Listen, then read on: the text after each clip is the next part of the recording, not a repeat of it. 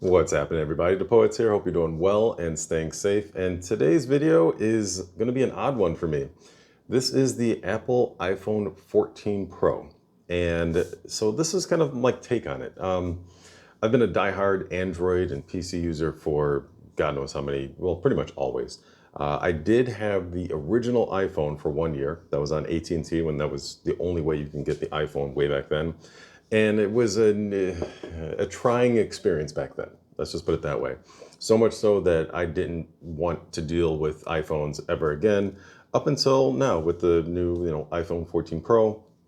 I figured with all the hoopla and I guess massive following that Apple has gained over the years since the original iPhone, now was a good time to try this out because I was really wanting to know like what all the fanfare was all about when it comes to these Apple products, specifically the iPhone 14 Pro. I didn't go with the Pro Max because I'm used to larger phones, and I figured, something that's kind of small in the hand, easy to hold, would be a different and interesting experience for me as well. So I really wanted to come into this with just an open mind to see what it was all about. And so I shot a lot of videos on TikTok about my experience. I actually have a playlist for like my Apple, iPhone experience. And there was a lot more, I guess, questions on how to do this or can I do that rather than more like this sucks type of thing. Because I didn't want to be like that. But a lot of the videos ended up kind of being like that, oddly enough, because of frustration. I am a PC enthusiast, an Android customization type of guy. And, Android has really kind of risen over the years, so much so that, Samsung's One UI is very nice. Like, I don't even use custom launchers anymore. So things have really changed over the years for Android, and I'd like to see change like that. But for this, some of the same things that I had issues with the very first iPhone, 14 generations later, some of the same things are still there. So I do have a list. So if I look over here, it's because I'm looking at my list of things that are positives and critiques. Let's just put it that way. Some of the easy positives are, one, I do like the form factor. This is a good size, the iPhone 14 Pro. I felt the Pro Max was just a little too bulky based on how it's designed. It's got these sharp edges and stuff, and it just wouldn't be as comfortable in my hands. But so I do like how this feels in my hand. Very nice. I never dropped this thing. So that's definitely a win right there. When it comes to app integration, that's a big one. That's a big reason why people, especially in the United States, Android is the majority for the world, but in the United States, Apple is becoming very notable and if not a major player now, obviously. And a lot of that is just the app integration. People like to just load up an app and start recording video inside of an app, and it looks pretty darn good. Not as good as recording outside of the app for a lot of things, as I've noticed, but definitely miles above the quality for what Android phones are doing. For example, inside of Snapchat and Instagram and TikTok, you can definitely tell when somebody has filmed a video using an Android phone, using the standard camera app for that phone, and then uploaded that video to TikTok or whatever else. Those look great. But when you're recording inside of those apps, like inside of TikTok and inside of Instagram, things get really wonky and just don't look good in general. Some phones are better than others, like Samsung's really working hard to integrate their technology into Instagram and TikTok and stuff like that, especially with the folding phone technology. But it's not there yet. It's not. So it's in-app integration for iOS is definitely a plus. So I get it. I understand. This is also a phone that's meant to be a structured use for the masses. So for those that just aren't tech savvy or don't care about tech at all, they just want to be able to video call and message people, type some emails, listen to the music, watch some videos, even though the videos are a little wonky on this, I'll get to that. This is a great device for that. It's swipe left, swipe right, even though swiping is a little wonky depending on where you are in a particular app. It's not universal like in Android, where if you're in a menu, you swipe and you're gone, or in the comment section, you swipe and you're gone. This, you have to know or get used to where you can and cannot swipe. And that has been a little bit of a frustration, more of a learning curve for me with this thing, but not really worth putting on the list as a negative. Um, so that has actually been a nice thing, So if you just have somebody that just wants a phone to work, and their apps are going to load pretty quickly, and they're going to be able to just do what they want to do without trying to figure it out too much. Hey, yeah, iPhone 14 Pro, not bad at all. And part of that goes with the ecosystem. If you have a MacBook and you want to transfer files from the 14 Pro to the MacBook, you have your AirDrop, you want to send files or pictures, videos, stuff like that to friends and family that are around you. Hey, AirDrop, it's a nice thing. Many other phones have similar things, which is nice, and like I'm, getting notifications here from friends and family. But it's something that's user friendly, just to be able to say, hey, let's all take a photo, and then you share it to everybody very easily. That's cool. I like that. Now, the camera is basic Betty. Now, I know with all the commercials from Apple, they're all saying like, hey, this is like the best ever thing, 2 times better, 10 times better, all that stuff. Yeah, I kind of ate into that. That's one reason why I got this phone, to try all that camera feature rich stuff out. And yeah, it wasn't really there. It's point and shoot, basically. You have a nice cinematic mode where can get all kind of nice and groovy type of shots that are more like dramatic type of thing. That's cool. More of a filter, in my opinion. You get some depth of field type of thing. Cool. All right. But when it comes to actually being pro, this is Fisher Price, basically. There's no pro mode at all. This is your camera. Do you want it in 4K 30 or like 1080p 60, stuff like that? You get to select basic stuff like that. But when I'm walking around in LA bright sunlight, I had no way of actually like adjusting, the brightness and highlights and all that stuff. And so I have videos where the sky is just completely blown out. It looks horrible. So I'll post like a little thing here showing one of those videos. But that wasn't a one-time thing. It was just like all the time I was having issues where on other phones that you do actually have a pro mode, you can just go in and adjust highlights and all kinds of stuff and get the image the way that you want for both, photo and video as well. Now this does have, very cool like picture capabilities, so you can, shoot in RAW and, edit later and all that stuff. But when it came to the video, I was very disappointed not to see an actual pro mode for something that's called the iPhone 14 Pro, right? It's kind of like the iPad Pro. There's really no features for years. There haven't been any features that are actually pro features for the iPad Pro. So this is supposed to be a positive, but geez, I kind of made it into a negative all of a sudden. Apple Pay is cool. I did like Apple Pay, just being able to tap and it worked. That's all you want, from, a payment device and all that stuff. So that was kind of nifty. I did like that. The Samsung paying capabilities or Google paying capabilities always seem a little wonky. Like I'm always trying to like hold it around and stuff and trying to figure out like which devices are going to accept it and not, or not. Apple Pay, it seems like, those registers, they're just like big old symbol, Apple Pay, you tap, boom, you're done. So I like this more than all the other Android phones I've used for any type of electronic payment. So when it comes to some of the things that I could critique, let's just put it this way. The apps, you can't move the apps where you want.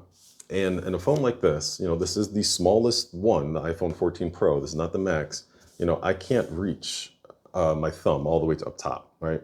So you would think that you'd have some customization in 2022 to just place an app wherever the heck you want on your screen, just like any other phone out there pretty much on the planet. But no, you can't do that.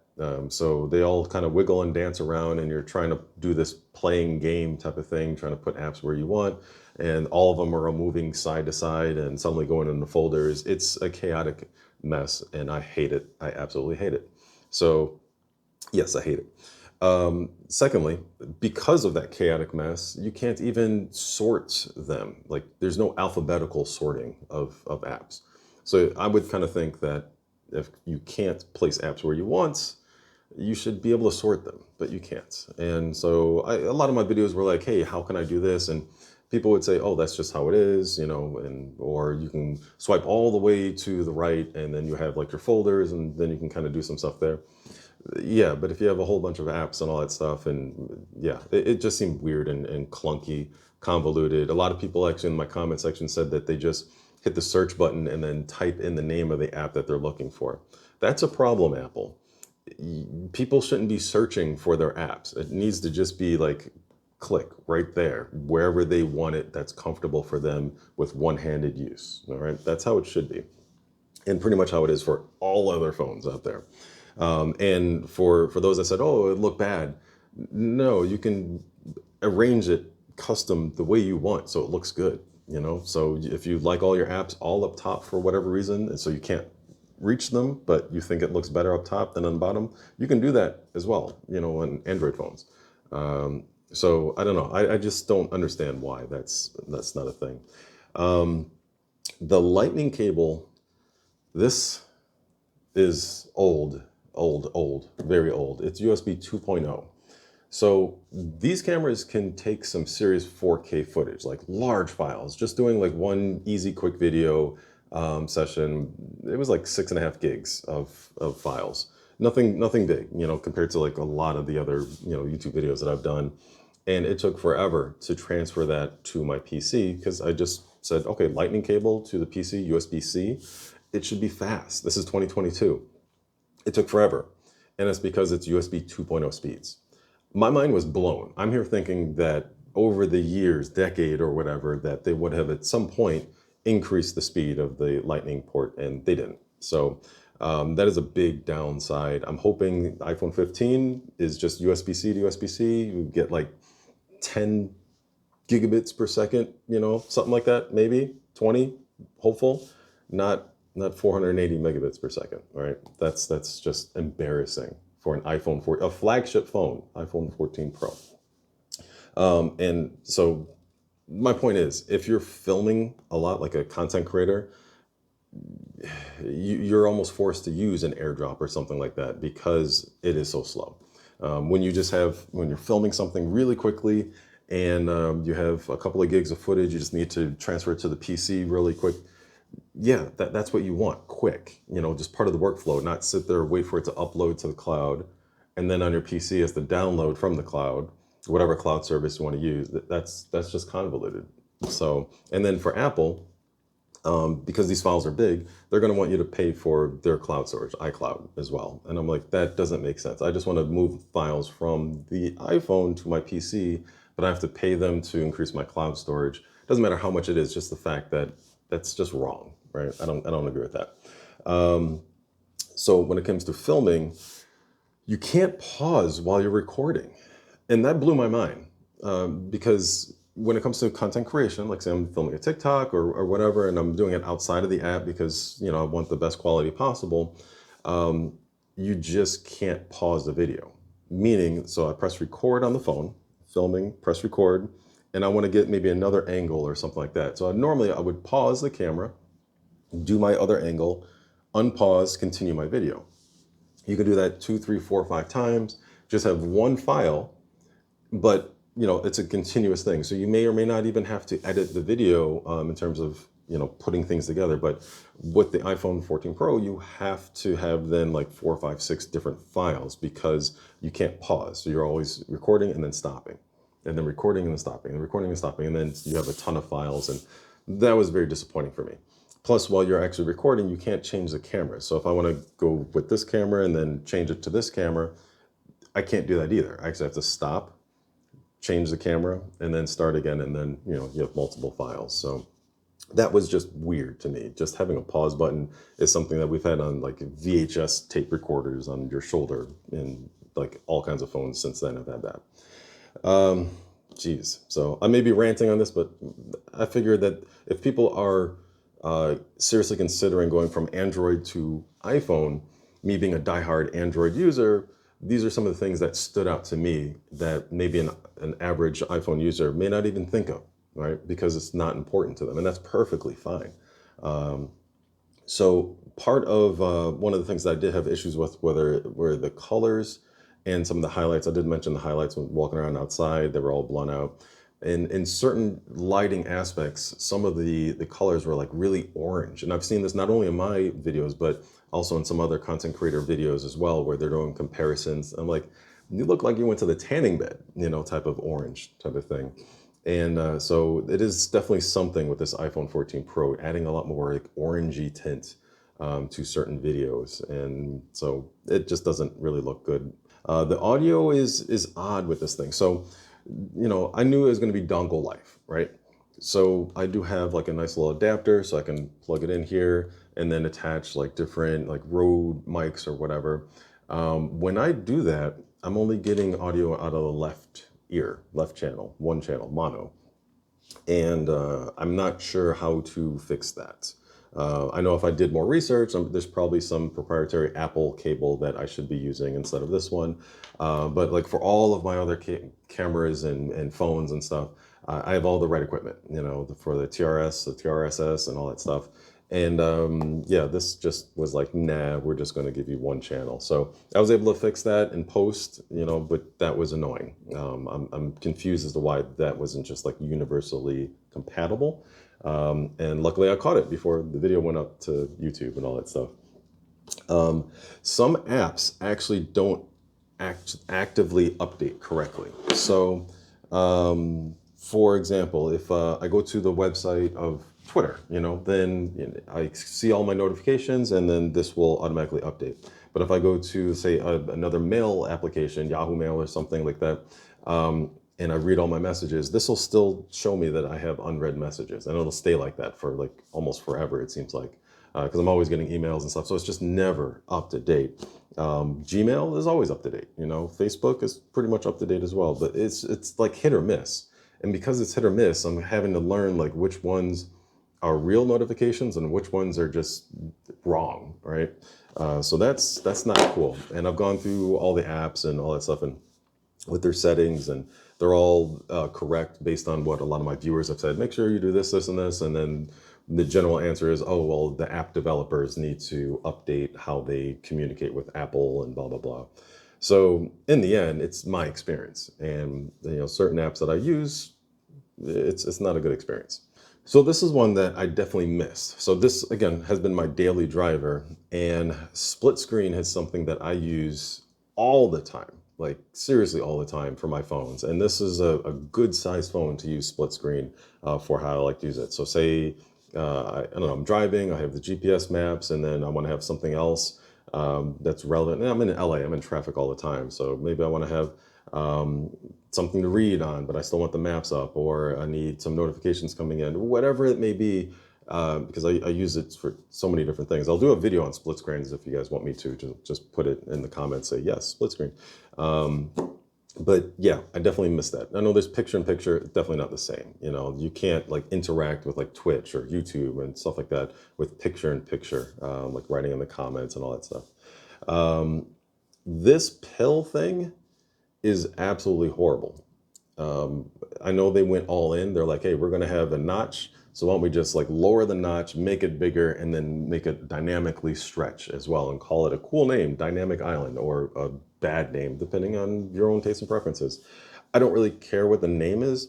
I care the fact that when I'm watching a video on this thing, it's like the Austin Powers movie, more like I can't unsee this thing. It's just in the way. It's huge. Oh. And it definitely is in the way for so many apps as well. Now I know, like when I first got it, it was cutting off the heads of people when I'm watching YouTube videos like this. Yes, I watch most of my YouTube videos like this so that I can write in the comment section and sort through like other videos while I'm watching this one, because you can't really do that easily when it's landscape. And it was just annoying. So I have a lot of videos like showing like what's going on with that. And there was an update and fix and all that stuff. That's cool. But overall, when you're watching in full screen, this notch thing is just, it's got to go. This is 2022. I don't know why they're not really working on under screen displays. Apple, I know you got the technology, you can do it, but yeah, this is just bad.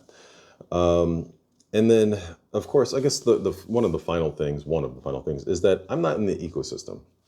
right? So everything is just a little harder for me when it comes to using this phone. So I don't have AirDrop going to my PCs, right? I don't have MacBook Pros or MacBook Airs, and so if I had any of that stuff, the watches and the earbuds, or the whatever, it would probably be a better experience overall. But that's kind of the downside of getting an iPhone 14 Pro. You're missing out on a lot of the benefits of having a phone like this if you don't have all the other Apple products. So that's annoying. But and obviously it would cost a lot more money to buy all those Apple products to get a better experience. So in the end, this is a cool phone for a lot of people. But for somebody that's more of a customizer, they like the latest, greatest, newest technology. This is not the phone for them, and it's unfortunate because it's cool technology. It really is. They just need to get up to 2022 with a lot of the technology. So let me know in the comments, what you think about this. If you have any questions, and I don't know if I'm going to keep the phone, because it's just too annoying for me to use. But we'll see. We'll see. So thanks for watching this video. Hope it was helpful. Hit the like button if you liked it, subscribe if you love it, all that good stuff. And feel free to share it as well. It's definitely, if it's somebody that has been using Android phones and they want to switch to an iPhone, hey. But I would be willing to try other iPhones. This is the iPhone 14 Pro with that pill. Maybe the 12 and 13 or 9 or whatever might be better experiences as well. So we'll see. Other than that, peace out. Have a good one.